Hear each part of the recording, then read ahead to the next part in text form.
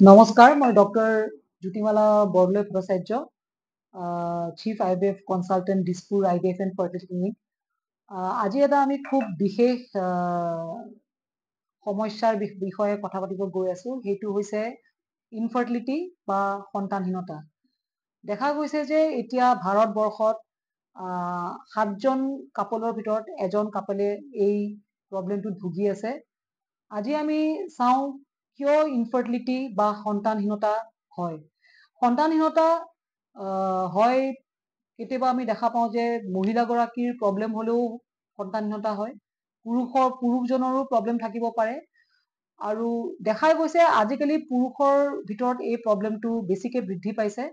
আৰু কিছুমান ক্ষেত্ৰত দেখা পাওঁ যে আমি মহিলাগৰাকৰো চব টেষ্ট নৰ্মেল, আপোনাৰ পুৰুষজনৰো চব পৰীক্ষা নৰ্মেল, কিন্তু তথাপিও তেওঁলোক সন্তানহীনতাত ভুগি আছে। আৰু সেইটো আমি আনএক্সপ্লেইন বা কোনো কাৰণ নাথাকা ইনফাৰ্টিলিটি বুলি আমি কওঁ।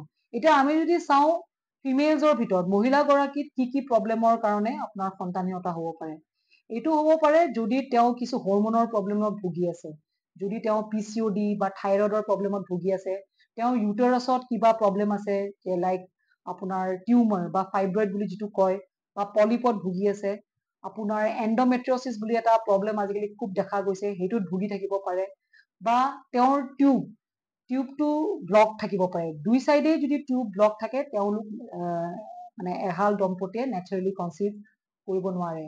আৰু এটা কাৰণ দেখা পাইছো আজিকালি আমি যে মহিলাগৰাকীৰ যিটো এজ, বয়সটো যদি তেওঁ 35ৰ ওপৰত হৈ গৈছে, আমি দেখা পাওঁ যে তেওঁৰ নেচাৰেলি কনচিভ কৰা চান্সেছ বিলাক হ্ৰাস পায়। আমি দেখা পাওঁ যে 30 বছৰ হোৱাৰ লগে লগে আপোনাৰ মহিলাগৰাকীৰ কণীৰ পৰিমাণটো কমিব ধৰে, আৰু 35ৰ পিছত খুব বেছিকে কণীৰ পৰিমাণটো কমি যায়, যিটো কাৰণে তেওঁলোক কনচিভ কৰিবলৈ কাৰণে অলপ কষ্ট হয়। আৰু মহিলাগৰাকীৰ ৱেইটটো যদি তেওঁ খুব শকত হয় বা বেছিকে ক্ষীণো হয়, তেতিয়াও আমি দেখা পাওঁ যে ইনফাৰ্টিলিটিত ভুগিব পাৰে। তাৰে ওপৰত আপোনাৰ মেণ্টেল ষ্ট্ৰেছ, সেইটো এটা খুব ডাঙৰ কাৰণ। চিমিলাৰলি আপোনাৰ পুৰুষজনৰ ক্ষেত্ৰত তেওঁ যদি যিটো আপোনাৰ চিমেন কোৱালিটি বা শুক্ৰাণুৰ যিটো কোৱালিটি, তাতে যদি আপোনাৰ কিবা ডিফেক্টছ থাকে, তেতিয়া তেওঁলোক মেল ইনফাৰ্টিলিটিত ভুগিব পাৰে। আৰু এজন পুৰুষৰ চিমেন কেতিয়া আপোনাৰ বেয়া কোৱালিটিৰ হ'ব পাৰে। এটা হ'ল কিছুমান আপোনাৰ তেওঁৰো হৰমনৰ ইমবেলেঞ্চেছ থাকিব পাৰে, যদি থাইৰয়ডৰ প্ৰব্লেম থাকে বা প্ৰলেক্টিনৰ প্ৰব্লেম থাকে। তেওঁ কিছুমান যদি খুব প্ৰেছাৰৰ মেডিচিন খাই আছে, তেতিয়াও আমি দেখা পাওঁ যে মেল ইনফাৰ্টিলিটি হ'ব পাৰে। তেওঁ যদি ডায়েবেটিছত ভুগি আছে, ডায়েবেটিছ আনকণ্ট্ৰল, তেতিয়াও আপোনাৰ দেখা পাওঁ যে চিমেন কোৱালিটি বেয়া হয়।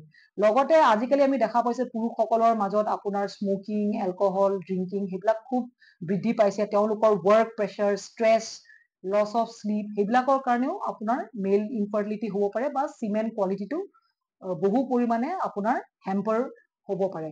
তাৰে ভিতৰত যদি তেওঁ কিবা সৰুতে যদি আপোনাৰ কিবা মামছ বুলি আমি যিটো কওঁ, গাল ফুলা যিটো এটা গ্লেণ্ডৰ ইনফেকশ্যন, ভাইৰেল ইনফেকশ্যন, তেতিয়াও আমি দেখা পাওঁ যে চিমেনৰ কোৱালিটিটো বেয়া হ'ব পাৰে। আজিকালি আমি দেখা পাওঁ যে খুব জিম কৰে ল'ৰাবিলাকে, আৰু অলপ আমি দেখা পাওঁ যে তেওঁলোকে অলপমান ষ্টেৰইডো লয় বা টেষ্টষ্টেৰনো লয়। সেইবিলাক ল'লে দেখা পাওঁ যে আপোনাৰ চিমেন কোৱালিটি বেয়া হয়। আৰু মই আৰু এবাৰ আগতেও কৈছো যে চব নৰ্মেল, আমি চব টেষ্ট কৰিলো, পুৰুষজনৰ আমি টেষ্ট কৰিলো, মহিলাগৰাকীৰ আমি টেষ্ট কৰিলো, কণীৰ পৰিমাণ চালো, টিউব চালো, চব নৰ্মেল। পুৰুষজনৰো আপোনাৰ চিমেন কোৱালিটি একদমেই নৰ্মেল, কিন্তু তথাপিও তেওঁলোকে বহু বছৰ ধৰি তেওঁলোকে কনচিভ কৰিব পৰা নাই।